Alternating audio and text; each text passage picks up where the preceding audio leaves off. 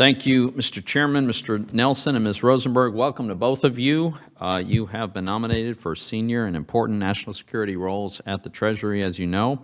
If confirmed, you will directly influence the Biden administration's policies towards China, Russia, North Korea, dangerous non-state actors, and certainly, not least, Iran. So I want to stress today that we need strong leadership at Treasury, and sometimes that means being willing to push back, including on the White House or the State Department, if the policies they're pursuing actually undermine America's national security. An example of this that I want to talk about this morning is the administration's Iran policy. It's very, very concerning. And let me be clear. There are Republicans, including myself, that would work with the administration on a nuclear deal with Iran, but not the JCPOA. Now, we've reached out to the administration on this, and we've been met with silence. But the most enduring U.S. policy toward Iran would be one that's bipartisan. The JCPOA's history demonstrates that. The Obama administration entered the JCPOA with no Republican support and bipartisan opposition. Not coincidentally, when President Trump came into office, he left the deal. If the Biden administration re-enters the JCPOA with unanimous Republican opposition and bipartisan opposition for a second time, how's that likely to end under the next Republican administration?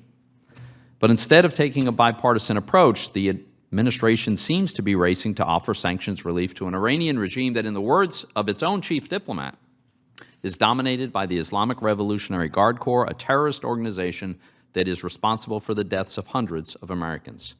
And what is it that the administration hopes to receive in return for the sanctions relief?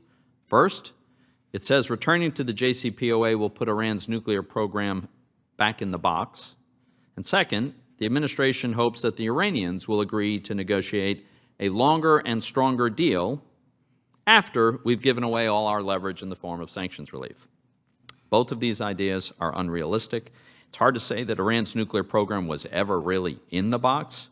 The JCPOA required Iran to disclose the entirety of its past nuclear activities, for instance, yet when confronted with evidence of undisclosed nuclear activity at several sites, Iran has refused to offer any explanation whatsoever. And the IAEA is now on record that it can't even attest to the peaceful nature of Iran's nuclear program. And furthermore, within a few years, key parts of the JCPOA that ostensibly limit certain elements of Iran's nuclear program are going to expire. So this box offered by the JCPOA is more like a wet paper bag. Then there's the notion that once the administration lifts sanctions on Iran, then Iran will enter into negotiations for a longer and stronger deal.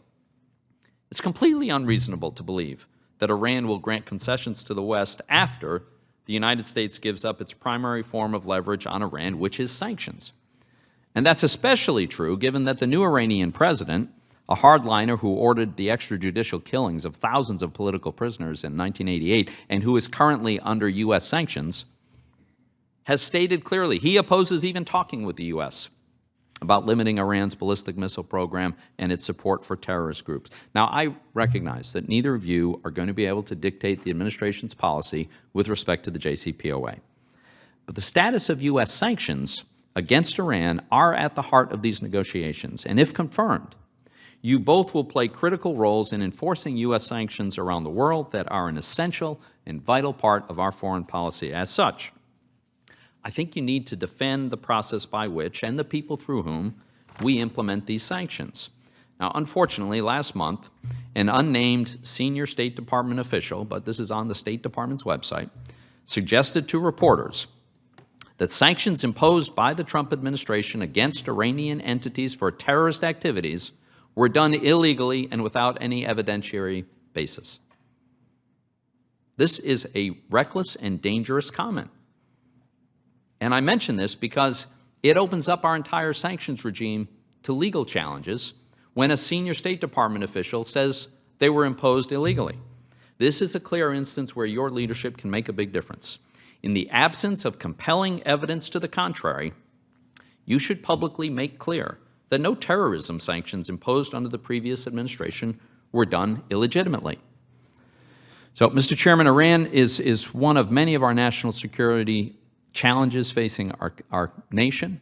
It's one in which the witnesses today will have an important role in this hearing. I hope to hear from both of you candid and straightforward views on these and other issues. And if confirmed, it's critical that you swiftly take up Treasury's important work to advance this important national security interest. Thank you.